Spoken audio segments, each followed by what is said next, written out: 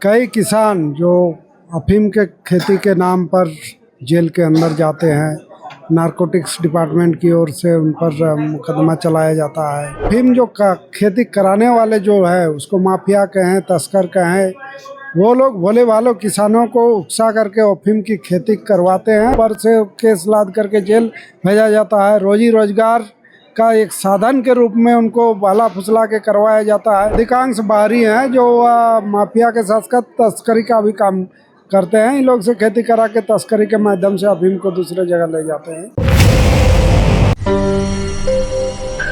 झारखंड विधानसभा budget सत्र का 16वां दिन है। 16वें दिन सिंदरी से विधायक चंद्रदेव महतो ने एक झारखंड के कई जिलों से जुड़ा अहम मुद्दा सदन में उठाया है। मुद्दा है अफीम से जुड़ा। दादा, आपने अफीम से जुड़ा एक मुद्दा उठाया है, क्या मामला था? आपने क्या सरकार से मांग की है? ये आए दिन हम लोग हर साल देखते हैं कि कई किसान जो अफीम के खेती के नाम पर जेल के अंदर जाते हैं, नारकोटिक्स डिपार्टमेंट की ओर से उन पर मुकदमा चलाया जाता है। और भारत में कई ऐसे राज्य हैं जहां अफीम की खेती हो रही है। राज्यों को लाइसेंस दिया गया है।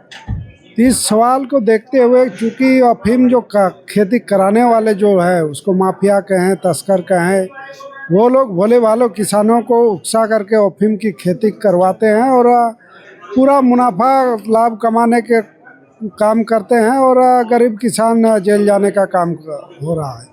तो इन सब को देखते हुए समाधान के नज़रिया से, जैसे अन्य राज्यों में अफीम की खेती हो रही है सीमित दायरे में, कानूनी ढंग से, तो उस ढंग का झारखंड में भी जो जिलों में हो रहा है उन जिलों में लाइसेंस दे, ये आग्रह केंद्र सरकार को राज्य सरकार की तरफ से भेजा जाए। इसको लेकर के विधानसभा में आज उठाने का काम किए ताकि किसान पर फिर से कोई ऐसा कानूनी ये शिकंजा ना कसे, जेल जाना ना पड़े।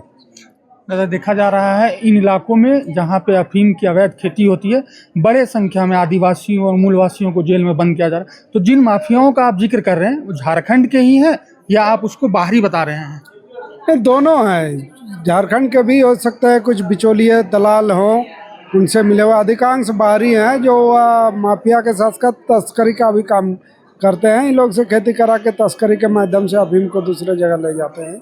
और इसका यदि अफीम का यदि देखें, खेती जो है उसमें जो फल होता है पोस्ता का उपयोग प्राय हर घरों में होता है। खाने का वो सब्जी में काम आता है, सब्जी बना के लोग खाते हैं।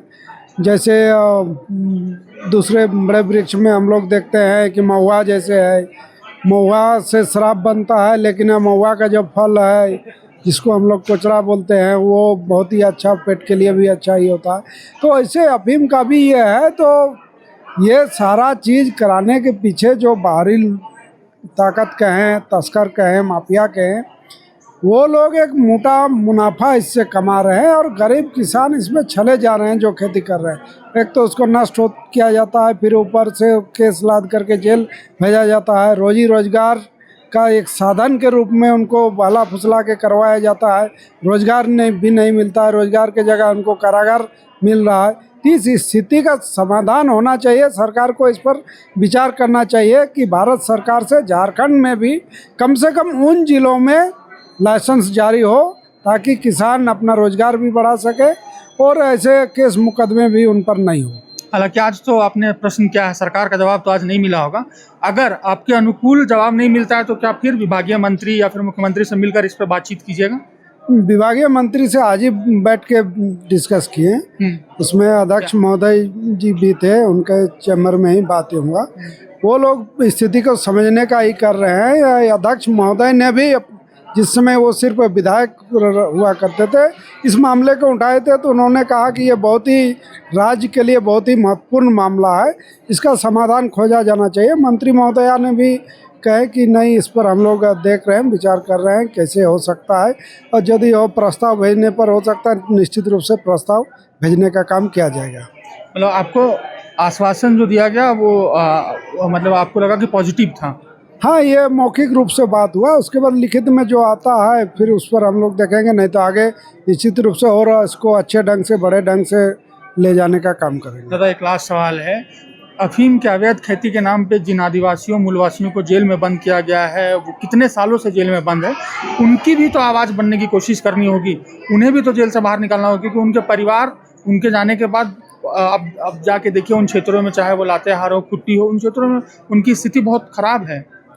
निश्चित रूप से ये शुरुआत है, और चूँकि पूरी जानकारी हमको नहीं थी कौन कौन लोग हैं नहीं है और कितने सालों से है, तो हम यदि देखें तो जो भी है वो किसी न किसी के छलावा में आकर के इसमें फंसे हैं। उनकी मंशा नहीं रही होगी और ना जानकारी रहा होगा कि इस काम के में हमको इतना ही झेलना पड़ेगा।